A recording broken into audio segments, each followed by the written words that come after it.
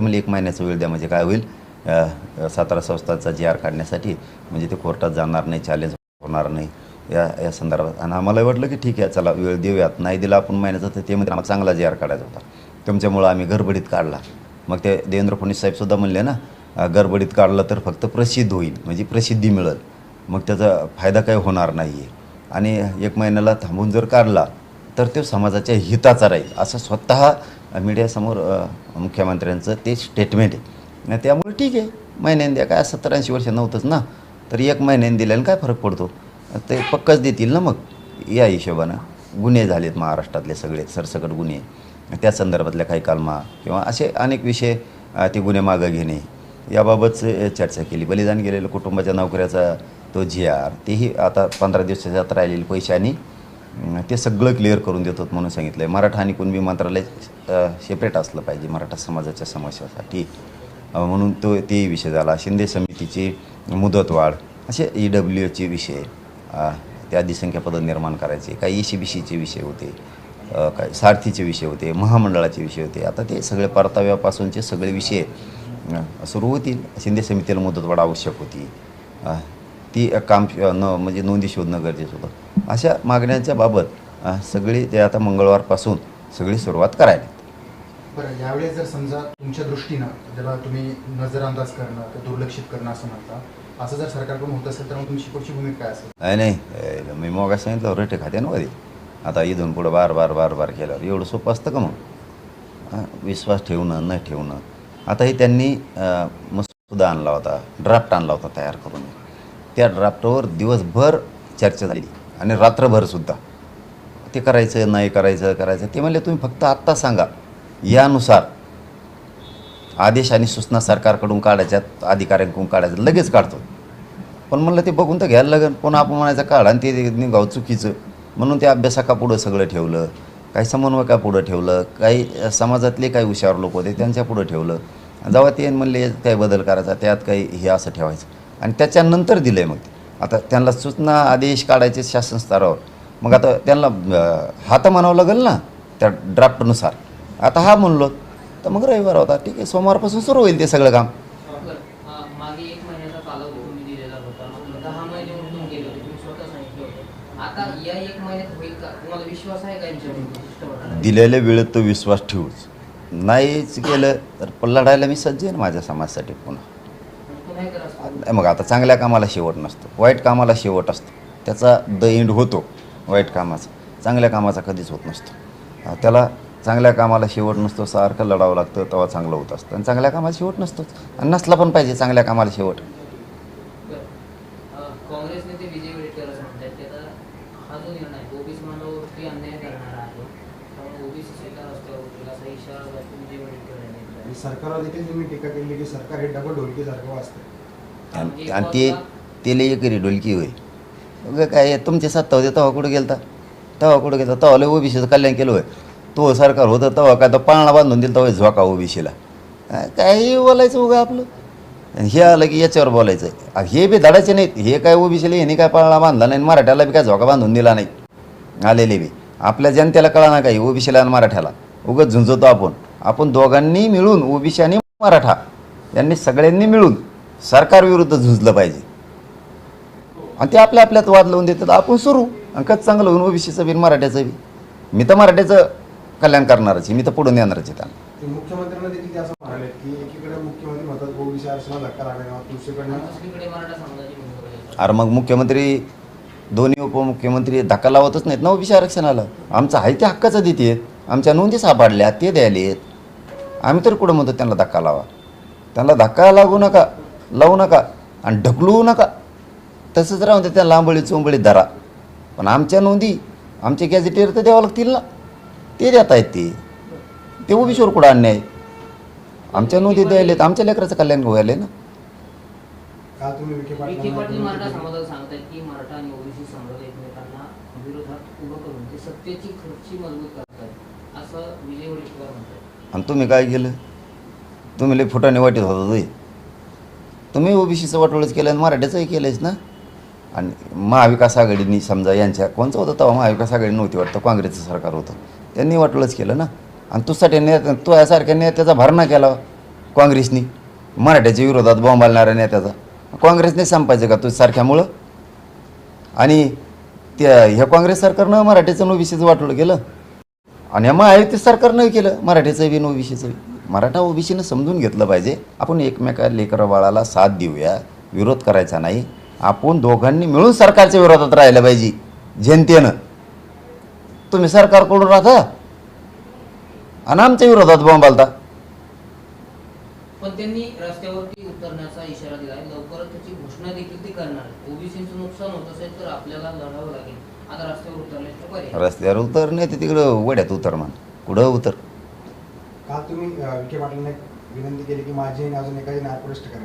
नेमकं नायपरिष्ट कोणाची करावी तशी मागणी होती. काय झालं आहे, मला वाटलं होतं बदल झाला पाहिजे प्रत्येकात, ते दिसत नाही.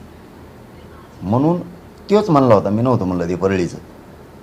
तेच म्हणलं होतं की माझी ब्रेन मॅपिंग करा, त्याची नार्को टेस्ट करा. तो विषय आता मी पुन्हा हातात घेतो. त्यांनी कोणाला घातपात करायला लावला माझा. मग आता तो काय गोळ्या औषधात याच्यात जेवणात घालणार होता, ते काय दगा फटका करणार होता, हे पुन्हा तपास होऊन ते समोर आलं पाहिजे. पुन्हा तपास होऊन काय होता विषय, कोण होता, पडलेल त्या कोण जात होता, पी ए त्याचा बीडवाला, त्याच्यात आरोपी एक नंबरला कोण करायला पाहिजे होतं, तो कोण तिसराच केला आहे, हे सगळं घेणं गरजेचं आहे. आता पण त्या आरोपींना साथ कोण देत आहे, ते कसं आरोपी होत नाही, या संदर्भात सगळं आता लावून धरणार आहे मी. CID पासून SIT पर्यंत या सगळ्या पुन्हा तपास त्यानं होतं गरजेचं आहे. आणि त्याच्याशी बोलणं झालं आहे त्या आरोपींचं. कोणी प्रत्यक्ष जाऊन बोलत होते, कोणी फोनवर बोलत होते. मग त्यो याच्यात कसं काय नाही. मग रश्मी शुक्ला ज्या पूर्वीच्या महासंचालक होत्या, त्या अजितदादा फडणवीस साहेब हे स्वतः नागपूरला बसले होते. मग त्यावेळेस त्याचं नाव बाहेर काढलं याच्यातून. मी आता तो विषय लावून धरणार आहे आता, त्याची आणि माझी आणि त्या 3 आरोपीची. तसे त्याच्यात लय मोठे आहेत, ते सगळेच घ्यायला लावणार आहे आता. नार्को टेस्ट कसं काय होत नाही ते बघतो, कारण त्याची एकदा नार्को टेस्ट झाली की माझ्या प्रकरणात नेमका तो काय करणार होता. आता करणारा, मी पुन्हा सांगतो, मी आरोपीला तर दोष देत नाही, करणारापेक्षा करून घेणारा महत्त्वाचा आहे. ती काय करतो, मागून राहतोय आणि घोडे नाचल्यासारखा नाचितोय. ते त्यांच्याकडून करून घेतोय तो सगळं. आणि मग हे बी मरूच घातले जातात त्यांनी. मग अंगावर यायला त्याला एवढं सोपं, अंगावर यायला इकडे कच्चे येतोय. त्याचं ऐकून तुम्ही मराठ्याच्या चळवळीच्या अंगावर येणार, हे करणार. त्याच्यामुळं ना यांना मी यांचं नावच नाही घेत. या आरोपीची तर दखलही घेत नाही मी, गिनीत बी नाही बघतही बी नाही, दखलसुद्धा घेत नाही साधी. तर पण त्याला सुट्टी नाही आता, परळीवाल्याला त्या धनंजय मुंड्याला सुट्टी नाही आता. त्याची नार्को टेस्ट माझी कशी होत नाही आणि आरोपीची, हे मी फुल लावून धरणार आहे आता पूर्ण वेळ. ते कसं होत नाही ते बघतोच आता. कारण त्याची एकदा नार्को टेस्ट झाली. मग आंधळ्याच्या प्रकरणात काय झालं, संतोष देशमुखांच्या प्रकरणात काय होता, कसं काय येत नाही, गीतेच्या प्रकरणात कसं काय येत नाही, महादेव मुंडेच्या प्रकरणातला विषय, आणि आणखीन कुठं कुठं कुंकड धाराशिवला इकडे तिकडं कारखाने होते, त्याच्यात काय काय झालेलं आहे भ्रष्टाचार, कशात काय होतं नाही, सगळं एकदाची त्या नार्को टेस्टमध्ये. म्हणजे माझ्या नार्को टेस्टच्या या प्रकरणात बाकीचं सुद्धा सगळं लफडं येणार. त्यामुळे हे होऊनच जाऊ दे आता. तू मरू घातलं वय यांना, मरतील तर लोकाचे मरतील, मरतील तर मराठीचेच मरतील. आणि तुला मजा करायची होय, लोकाचे लेकरं सोळावर देऊन तू बघतोस तो ऐकडा. आता या संदर्भात मुख्यमंत्री उपमुख्यमंत्र्यांकडे तुम्ही तक्रार करणार? SP पासून पुन्हा ही आधीच केली मी, अधिकृत पुन्हा एकदा SP-कडे करणार, स्थानिक पोलीस स्टेशनला करणार, स्थानिकला पण, दोनही कमिशनरला करणार. मी मुख्यमंत्री गृहमंत्री यांनासुद्धा करणार ही तक्रार. मी जे जे त्याच्यात विभाग येत आहेत आणि कोर्टातून सुद्धा आणि पूर्ण ताकदीनं हे लावून जाणार. त्याचे नार्को टेस्ट कसं काय होत नाही माझी पण, ती मी आता बघणार. लोकांच्या लेकराला पुढं घालतो आणि त्यांना मरू घालतो पैशाच्या जेव्हा तू. आणि तोच लोक कोणचा PA येतो, तो हा कोणचा प्रवक्ता आहे, हे सोबत हिंडत येत, कशा माहित्या पुरवित येत, कशा खोट्या बातम्या मग त्या यूट्यूबला दाखवल्या जात्यात. कोण कोण भेटतं संभाजीनगरला, मंत्रालयात कोण कोण भेटतं, खाऊ गल्लीत कोण भेटतं, पुण्यात कोण भेटतंय, हे सुद्धा यांनी शिकून म्हणजे ब्रेन वॉश केलं आहे. आणि ब्रेनवॉश करून आरोप करायला लावायचे आणि त्यांच्या हातातून वाईट कृत्य करून घ्यायचं. हे काम बीडपासून लातूरपासून हे सगळेजण करून घेत आहेत वाईट काम हातातून. मग करून घेणारे सुद्धा हे सहआरोपी झाले पाहिजेत ना. ते जातीचे कोणचे असो, भले ते मराठ्याचे असो, नाही तर ओबीसीचे असो, नाही तर कोणाचे असो, हे सगळे आले पाहिजे. कारण याच्यात 50-60 जण आहेत ब्रेन वॉश करणारे. कोण कसं सांगायचं, काय करायचं हे पुरे होऊन जाऊ दे. अरे बडबड करून नाही चालत रे. इकडे बी ऐकून घेतोत म्हणजे कच्चे नाही आहेत. ऐकून घेतोत म्हणून कच्चे नाहीत. कुंकडं बरळायचं नाही त्यांचं ऐकून. इकडे बी कच्चं रक्त नाही आहेत मराठ्यांचे. पण कोणाचं तरी मायामाऊलीचं ऐकून गप्प बसत असतं प्रत्येकजण. त्याचा अर्थ तुम्ही वापरणारच असाल ना. वाप जिरता येते आम्हाला जे. आणि इथून पुढं दुसरा मुद्दा,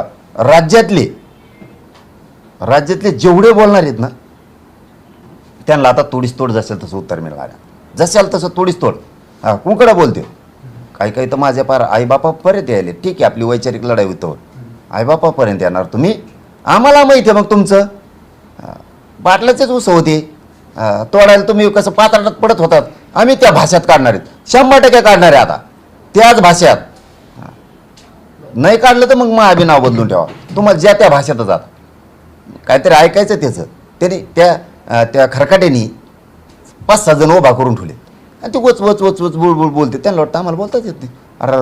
अरे आपल्या डायरीतले डेंजर शब्द आहेत, इतके भयान काढील. त्याला जातीशी कोणी तोलायचं नाही. त्यालाच असेल तसं उत्तर मिळणार. हे काय करतात मग, अंगलोट आलं जातीला जोडी देत. आमच्या जातीला असं असं म्हणले, भंगार म्हणले. जातीचं काय संबंध आहे? त्यांना म्हणलो का ओढू नका. जिथलं तिथं ज्याला त्याला आता उत्तरं मिळणार आहेत जशा त्याच भाषेत. मग ते कुणी पण असो राज्यात. आता आंदोलनात होतो, नको बाबा समाजात लेकराचं आमच्या वाटोळ होईल म्हणून आम्ही ते 2-2.5 वर्ष असं धुवूनच काढले. आता आम्ही धुवून काढतो. बरं, पण तुमच्या आंदोलनाची टीका होते, सरकार लाचार होताना पाहिजे, माकडाप्रमाणे विखे पाटील उड्या मारताना पाहिजे आणि केलेलं पाप होण्यासाठी प्रसाद लाड जरांगे इकडे गेले असं लक्ष्मण हाके म्हणतात. हे माकडावरून उड्या हाणते तर तुम्ही माकडे नव्हा त्यांच्या पुढं. काय त्याला एवढं बरोबरी करायची. ते माकडावरून विखे पाटील उड्या हाणते तर आपण माकडी व्हायचं, त्यांच्या पुढे जाऊन उड्या आणायचं. झालं. एकदा शेपूट जरी हलिलं तरी माकड बरोबर काम करतो. सरकार अस्थिर करण्यासाठी, मुख्यमंत्र्यांची खुर्ची अस्थिर करण्यासाठी हे सगळं चालू आहे ते म्हणतात. सरकार अस्थिर करण्यासाठी. ते आणखीन एकदा सांगतो बाबा, मी याच्यावर बोलत नाही, मी त्याची दखलही घेत नाही. मी कोणाची दखल घेत नाही. पण बाबा स्वतःच्या जातीसाठी लढाव, गरिबांच्या लेकरांचं लय वाटलं होते धनगराचे. हेच काम आधीच केलं असतं. आमच्या काही विरोधात करीत नव्हती उडी उदरीत बसून. हेच एसटी आरक्षणासाठी केलं असतं तर आत्तापर्यंत कल्याण झालं असतं त्या लेकराचं. करेनात का आमच्या विरोधात. मी 1.5 वर्षापूर्वीच एक गोष्ट सांगितली होती. तुमच्याकडे सगळा रेकॉर्ड आहे त्याचा, की कोणाचं ऐकून आपण शिव बोळूया, विनाकारण नाराजा पसरून देऊ नका. त्याचं ऐकलं, नाराजी पसरले वडीगुद्री आणि अंतरवाली किंवा मराठा समाजात. काही गरज नव्हती ना ह्या गोष्टी करायची. आम्ही हे पण सांगितलं होतं त्याच वेळी. आमचा शिवभाऊ जर ओबीसीचा मोठा नेता झाला तर आम्हाला आनंद होईल. उलट हे कोण कुंकडून कामान धामाचं त्या परळीवाल्याचं ऐकायचं आणि त्या लाभार्थी टोळीचं तेवढे कमेंटच्या जीवावरच करायचं. कमेंटच्या जीवावर नसतं. ते धनगराच्या आडून गेलं लपतेत आणि साधून घेतात. आणि ते लाभार्थी टोळीला कामच तेवढे. त्यांनी सगळ्या जातीचा त्यांच्या देवारा करून टाकला त्या लाभार्थी टोळीचा. नाही तर इतके माया दाखवत होते. मराठा समाज इतके प्रेम करायचा, इतके माया करायचा ह्या समाजावरती, त्यांच्या वंजारी समाजावरती आणि ते पण मराठा समाजावरती. यांच्यामुळे झाली दुरी तयार. यामधल्या लाभार्थी टोळीमुळे याला हाण, त्याला मार, त्याला कुठे हो, याच्याकडून पैसे वसूल कर, त्याच्याकडून कर, झाला देवारा सगळा. यांच्यामुळे ती माया कमी झाली ना मराठ्यांची त्यांच्यावरची.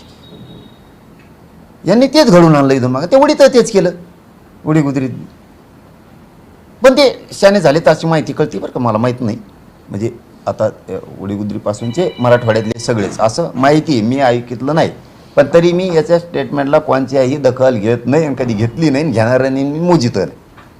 पण 2 दिवसापूर्वी असं बोलले की तुम्ही शेतकऱ्यांच्या प्रश्नासाठी उपोषण करावं, मी स्वतः तुम्हाला साथ देतो, मी स्वतः येऊन बसतो. मी आपला खंबीर आहे शेतकऱ्यासाठी सगळ्यासाठी. म्हणजे इकडं कर मराठ्याला आरक्षणाला विरोध आणि तिकडे येऊन बस माझ्याजवळ. जे दुकानदार असलं नसतं.